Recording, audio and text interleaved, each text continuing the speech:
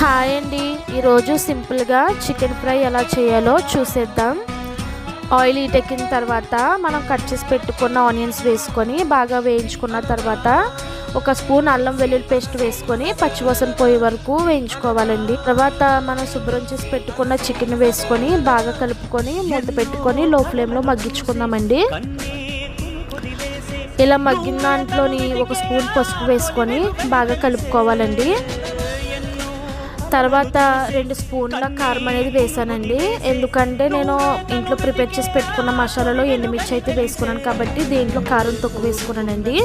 ఇలా ఆయిల్ పైకి తెలిన తర్వాత 4 పచ్చిమిర్చి కొంచెం కరివేపాకు వేసుకొని బాగా కలుపుకున్నానండి. తర్వాత మేము ఇంట్లో ప్రిపేర్ చేసి పెట్టుకున్న మసాలా వేసి సిమ్లో ఒక 5 నిమిషాలు మగ్గించుకున్నానండి. కర్రీ దగ్గర పడిన తర్వాత ఫైనల్ టచ్గా కొత్తిమీర వేసి దింపుకున్నానండి. ఇలా ఒకసారి ట్రై చేయండి.